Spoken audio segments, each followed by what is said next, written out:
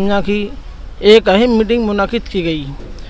मकसद ये है कि अल्हम्दुलिल्लाह गुज़िश्ता 4 सालों से मजलिस की जानिब से मुसाबक़ा अज़ान और मुसाबक़ा पारे-अम तसलसल के साथ मुनक़िद हो रहा है।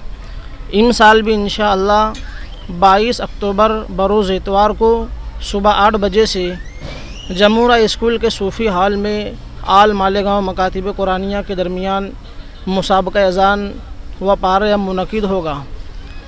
इन मुसाबक़ात की ख़ुसूसियत ये है कि इन मुसाबक़ात को शहर की ऐसी शख्सियात के नाम से मंसूब किया जाता है जिन्होंने अपनी ज़िंदगी में अहम दीनी कारनामा अंजाम दिया हो।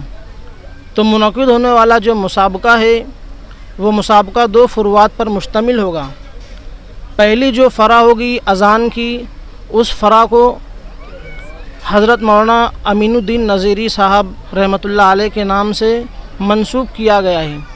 और इस मुसाबक़े की जो दूसरी फ़रा होगी पारे-अम, उसी के साथ सूरह यासीन और सूरह वाक़िया, इस फ़रा को मोहतरम कारी इसहाक़ साहब रहमतुल्लाह अलैह जो दारुल यतामा के बानी हैं उनके नाम से मंसूब किया गया है। ये दोनों शख्सियात शहर अज़ीज़ मालेगाँव में बड़ी दीनी खिदमत अंजाम दी है। मुसाबक़ा शुरू होने से क़ब्ल इंशाअल्लाह इन दोनों शख्सियात की खिदमत पर रोशनी डाली जाएगी।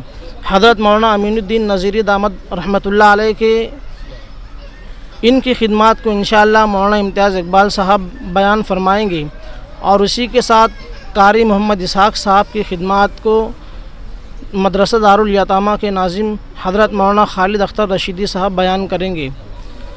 इस मुसाबक़े में तकरीबन मालेगाँव के 43 मकातिब के तलबा शरीक हो रहे हैं।